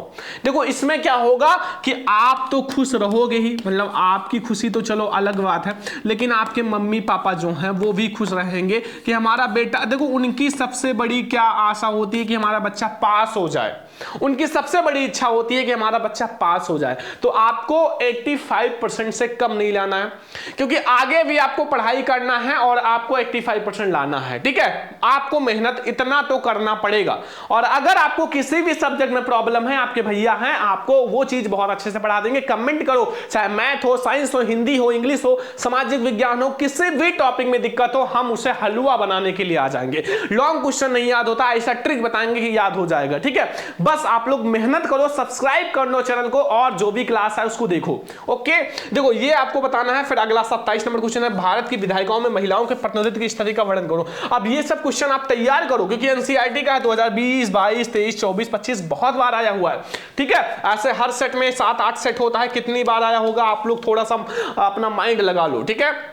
28 नंबर, लोकतंत्र शासन की अन्य जो व्यवस्थाओं से बेहतर है, स्पष्ट कीजिए। लोकतंत्र है शासन, वो अन्य व्यवस्थाओं से बेहतर है, आप बताओ। 2024-25 में आया हुआ है, और बहुत इंपॉर्टेंट है, 2026 में भी आ सकता है, लगातार आया हुआ है, तो यहां आप 2026 भी लिख लो, ठीक है। देखो मैं आपको उतना क्वेश्चन बता दे रहा हूं जितना आपके लिए इनफ है, मतलब काफी है। अगला आ जाओ लघुत्तरीय 29 नंबर की, विकास मापने का यूएनडीपी का मापदंड किन पहलुओं के विश्व बैंक के मापदंड से अलग है, ठीक है। और ये एनसीईआरटी का 2020 में 2023 में आया हुआ है। देखो हम आप हर बच्चे से प्रॉमिस करते हैं, हर बच्चे से प्रॉमिस करते हैं कि मैं आप लोगों को बहुत अच्छे से हर सब्जेक्ट को पढ़ाऊंगा, मतलब अब आप लोगों के लिए मैराथन क्लास आने वाला है। बस हर बच्चा हमसे ये प्रॉमिस कर लो कि आप लोग चैनल को सब्सक्राइब करके वीडियो को लाइक कर दिया करो। बस दो काम किया करो भाई, वीडियो को लाइक करो, शेयर कर दिया करो, ताकि जितना हम मेहनत करें उसका फल हमें मिले। तो हम भी मेहनत करने के लिए बिल्कुल तैयार है, दिन रात 12 बजे, 1 बजे, 2 बजे रात तक हम मेहनत कर सकते हैं, क्योंकि आप लोग हमारे मतलब हमारे लिए सब कुछ हो, ठीक है। बस आप लोग मेहनत करो। अगला है भैया, राष्ट्रीय आय तथा प्रत्येक आय में क्या अंतर है, विवेचना कीजिए। जो राष्ट्रीय आय होता है, राष्ट्रीय आय का मतलब होता है राष्ट्रीय आय, पूरा राष्ट्र का आय, ठीक है, पूरा राष्ट्र का आय। और प्रत्येक आय का मतलब होता है एक एक व्यक्ति का आय, एक एक व्यक्ति का आय, ठीक है। बस यही अंतर है, ज्यादा कुछ नहीं करना है, आप थोड़ा सा समझ लिया करो, फिर बना बना के लिख देना। और 31 नंबर क्वेश्चन है, आर्थिक क्रियाओं से आप क्या समझते हो, प्रमुख क्रियाओं का वर्णन करो। आर्थिक क्रियाएं बच्चों 3 ही प्रकार की होती है, मैं ऊपर लिख देता हूं, ये वाला चीज यहां समझना। पहला प्राथमिक आर्थिक क्रिया, द्वितीयक आर्थिक क्रिया, ठीक है, और एक है तृतीयक आर्थिक क्रिया। यही 3 होती हैं, प्राथमिक, द्वितीयक, तृतीयक, ठीक है, और कुछ नहीं होता आर्थिक क्रियाओं में, बस यही 3 चीजें आपको पढ़नी है, ठीक है।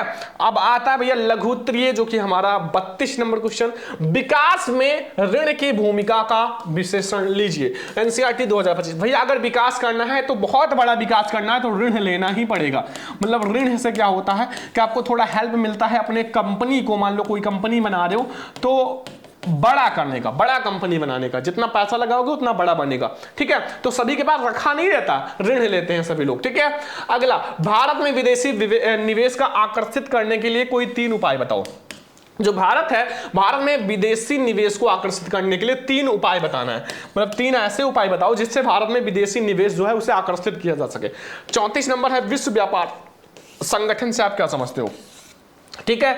2024-25 में आया हुआ लास्ट क्वेश्चन है, लास्ट। दूसरे देशों में बहुराष्ट्रीय कंपनियां किस प्रकार उत्पादन कर नियंत्रण स्थापित करती हैं। ये 35 ऐसे लघुत्तरीय प्रश्न हैं, 35 ऐसे लघुत्तरीय प्रश्न हैं। अगर आपने तैयार कर लिया ये 35 लघुत्तरीय प्रश्न, बस ज्यादा नहीं, 35 लघुत्तरीय प्रश्न पूरे बुक में से, तो आपको भैया लघुत्तरीय में एक भी नंबर कोई काट नहीं सकता, ये हमारी गारंटी है, काट नहीं सकता। बस आप ये 35 लघुत्तरीय तैयार कर लो, 35 के बाहर कुछ नहीं पढ़ना है, ठीक है। हम हैं और आपको दिखा देंगे पेपर में एक एक क्वेश्चन मिला के कि सामाजिक विज्ञान के पेपर में वही आया है लघुत्तरीय, वही दीर्घोत्तरीय आया है जो मैंने बताया है, ठीक है। तो ये लघुत्तरीय सारा क्वेश्चन आप लोग नोट कर लो, अभी पीडीएफ दे देंगे, पीडीएफ से आप लोग नोट कर लेना। अब हम लोग आते हैं दीर्घोत्तरीय प्रश्न पे, जो कि बोर्ड एग्जाम के लिए बहुत स्पेशल है। तो चलो अब हम लोग देखते हैं दीर्घोत्तरीय प्रश्न। मेरे प्यारे स्टूडेंट, अब हम लोग सामाजिक विज्ञान के वो क्वेश्चन देखते हैं दीर्घोत्तरीय जो 100% पेपर में छपेगा और कोई रोक नहीं सकता ये क्वेश्चन बोर्ड एग्जाम में छपने से।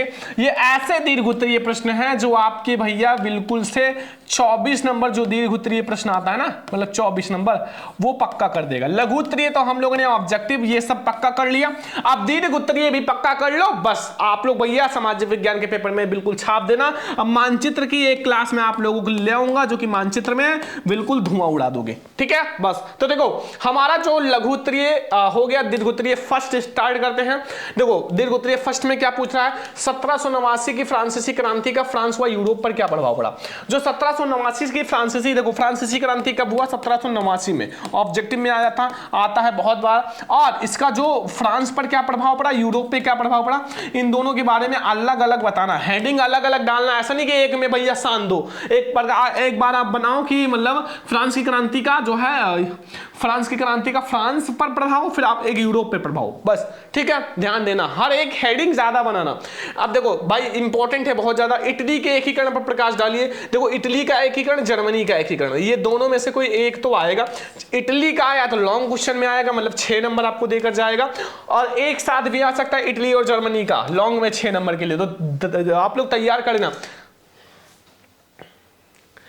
तीसरा क्वेश्चन है, गांधी जी की नमक यात्रा पर आपको प्रकाश डालना है। गांधी जी जो नमक यात्रा पर प्रकाश डालना 2022 में आया हुआ है, 2024 में आया हुआ है, तो ये सारे क्वेश्चंस आपको तैयार कर लेना है, बहुत ज्यादा स्पेशल है।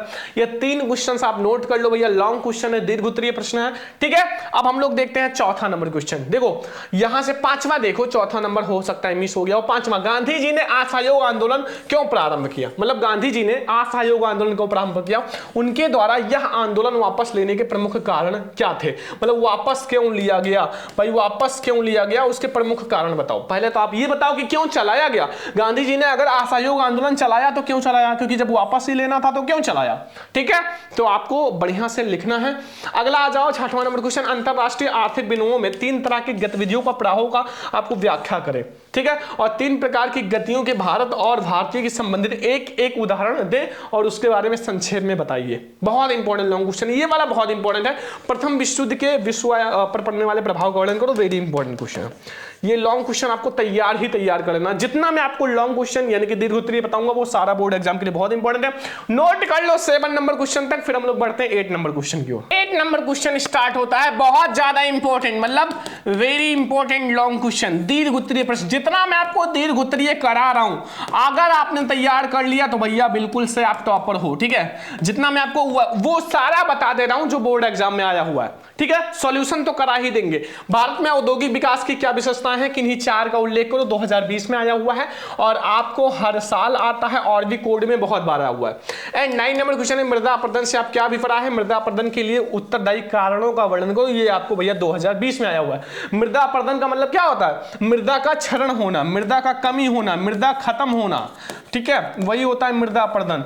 ओके, समझ में आ गया? बहुत इंपॉर्टेंट क्वेश्चन है। अगला आ जाओ भैया 10 नंबर, भू संसाधन का क्या अर्थ है लिखिए। और एक संसाधन के रूप में भूमि का उपयोग किन किन उद्देश्य के लिए किया जाता है, व्याख्या कीजिए। 2020 वाला क्वेश्चन है और आपको ये क्वेश्चन नोट कर लेना है, स्क्रीनशॉट ले लो। देखो अब हम लोग देखते हैं 11 नंबर क्वेश्चन। ये सारे दीर्घ उत्तरीय प्रश्न है, बिल्कुल लॉन्ग क्वेश्चन। और हाँ, अगर आपको लॉन्ग क्वेश्चन जल्दी याद नहीं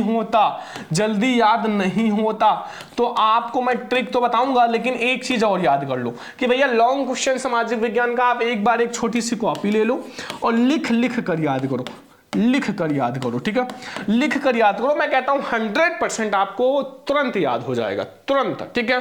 अगला आ जाओ, ये आपका बहुउद्देशीय परियोजना से होने वाले लाभों का वर्णन करो। भैया बहुउद्देशीय परियोजना से होने वाले प्रमुख लाभ, जो इनके लाभ हैं उनके बारे में बताना है, वो आपको वर्णन करना है। 12 नंबर क्वेश्चन है, भारतीय कृषि के खाद्य उत्पादन में घटती प्रवृत्ति की आपका क्यों प्रारंभ कर दी, मतलब घटती हुई प्रवृत्ति क्यों प्रारंभ हुआ, ठीक है। तो ये आपको बताना है भारतीय कृषि के बारे में। भाई भारतीय कृषि के बारे में जब भी आए, भारतीय कृषि के बारे में आप खूब लिखो, बना के खूब लिखो, ठीक है, खूब लिखो, क्योंकि भाई आप लोग भारत के हो और कृषि मतलब प्रधान देश है, तो आपको पता है भारत में कैसे खेती होती है। अगला 13 नंबर क्वेश्चन है, कृषि उत्पादन में वृद्धि सुनिश्चित करने के लिए सरकार द्वारा किए गए उपाय का वर्णन करो। ये मैंने क्वेश्चन बताया था। देखो यहां ये भी मैंने बताया था, क्या लौ और ये नहीं, भारत में लौह अयस्क के वितरण पर प्रकाश डालिए। भैया लौह, भारत में लौह अयस्क के वितरण पर प्रकाश डालिए, बहुत इंपॉर्टेंट है, भारत में बताओ, ठीक है। ये वाला क्वेश्चन भैया हर साल पेपर में आता है, आप देख लो 2021 में दिखा रहा है, लेकिन हर साल आता है कि परिवहन तथा संचार के साधन किसी देश की जीवन रेखा तथा अर्थव्यवस्था क्यों कहे जाते हैं। परिवहन का मतलब क्या होता है, जो गाड़ी वगैरह होता है, ठीक है। तो परिवहन जो होता है वो, और जो संचार होता है, संचार का मतलब जो समाचार सुनते हो वो, ठीक है, वो किसी देश की जीवन रेखा क्यों कहा जाता है। बहुत इंपॉर्टेंट क्वेश्चन है, ये लॉन्ग क्वेश्चन में बहुत बार आया हुआ है। अगला 16 नंबर, सत्ता की साझेदारी क्यों जरूरी है, तर्क दीजिए। बहुत इंपॉर्टेंट लॉन्ग क्वेश्चन, भाई तैयार कर लो, जितना मैं आपको बता रहा हूं वो सारा तैयार हो जाना चाहिए अगर आपको पेपर में बहुत अच्छा नंबर लाना है। अगला क्वेश्चन ये 17 नंबर, भारत की संघीय व्यवस्था की विशेषताओं का वर्णन करो। देखो 2024-25 में आया हुआ है, तो बहुत इंपॉर्टेंट है आपको भैया संघीय विशेषता के बारे में, विशेषताओं के बारे में वर्णन करना है। और 18 नंबर, बताइए कि भारत में अभी भी जातिगत असमानताएं पाई जाती हैं। ये भी बहुत इंपॉर्टेंट क्वेश्चन है, बताइए कि भारत में अभी भी जातिगत असमानताएं पाई जाती हैं, तो ये भी बहुत इंपॉर्टेंट है। और लोकतंत्र किस तरह उत्तरदायी, जिम्मेवार और वैध सरकार का गठन करता है, बहुत इंपॉर्टेंट, एनसीईआरटी 2022-24 में आया हुआ है। तो लोकतंत्र किस प्रकार से उत्तरदायी, जो उत्तरदायी होता है, जो तुरंत उत्तर दे, जिम्मेवार जो जिम्मेवार होता है, और वैध सरकार का गठन करता है। तो भाई अगर सरकार बनाना है तो एक ऐसे ही इंसान को बनाया जाएगा जो अच्छा हो, पढ़ा लिखा हो, जिम्मेदार हो, वैध हो और जिम्मेदार हो, एंड अच्छा हो, पढ़ा लिखा हो, उत्तरदायी हो, ठीक है। तो ऐसे ही तो सरकार बनाया जाएगा। ऐसा थोड़ी कि रोड पे जो चल रहा है उसी को उठा के सरकार बना देंगे, नहीं, ऐसा नहीं होता। अगला क्वेश्चन आ जाओ मेरे प्यारे स्टूडेंट, देखो अगला क्वेश्चन हमारा है, संगठित और असंगठित क्षेत्र की रोजगार परिस्थिति का तुलना कीजिए, ठीक है। जो संगठित, बहुत इंपॉर्टेंट है, संगठित और असंगठित, ठीक है, बहुत इंपॉर्टेंट है, ठीक है, बहुत इंपॉर्टेंट है। तो आप लोग तैयार कर लेना, संगठित और असंगठित रोजगार की परिस्थिति का आपको वर्णन करना है, ठीक है। तैयार हो जाएगा ना, बहुत इंपॉर्टेंट क्वेश्चन है, तैयार हो ही जाना चाहिए। अगला, प्राथमिक, द्वितीयक तथा तृतीयक क्षेत्र में अंतर स्पष्ट कीजिए। एक तरफ आप भैया डालो प्राथमिक, एक तरफ द्वितीयक, एक तरफ तृतीयक, तो इन सब के बारे में थोड़ा लिखो, अंतर स्पष्ट करो, ठीक है। अंतर बताना है, परिभाषा नहीं, परिभाषा में तो एक ही लाइन होता है, अंतर बताओ, 2-3 चीजें अंतर बताओ, ठीक है, 3-4 चीजें, 4 चीजें तो मिनिमम, ठीक है, 4-5 चीजें, क्योंकि ये भैया 6 नंबर का क्वेश्चन आता है।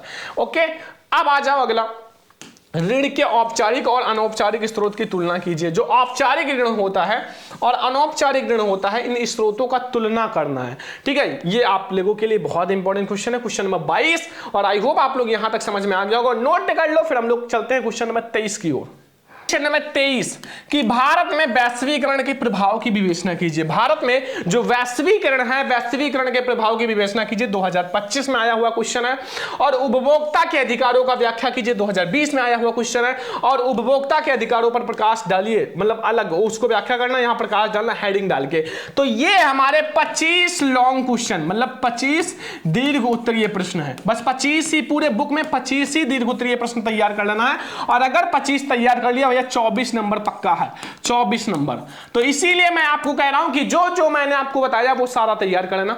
मैंने आप लोगों को सामाजिक विज्ञान का जितने भी बहुविकल्पीय प्रश्न थे वो बता दिया, जो कि बहुत ज्यादा स्पेशल क्वेश्चन है। साथ में लघु उत्तरीय प्रश्न भी बता दिया, ठीक है, लघु उत्तरीय प्रश्न। साथ में मैंने आप लोगों को दीर्घ उत्तरीय प्रश्न भी बता दिया, ठीक है, दीर्घ उत्तरीय।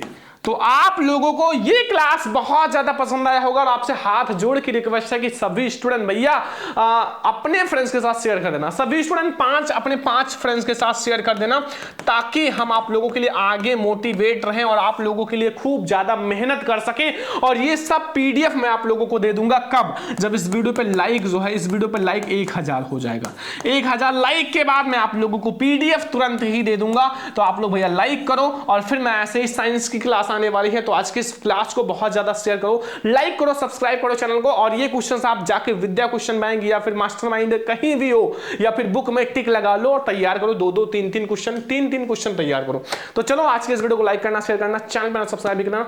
चलो हम लोग मिलते हैं नेक्स्ट इंपॉर्टेंट क्लास में, तब तक के लिए जय हिंद, वंदे मातरम।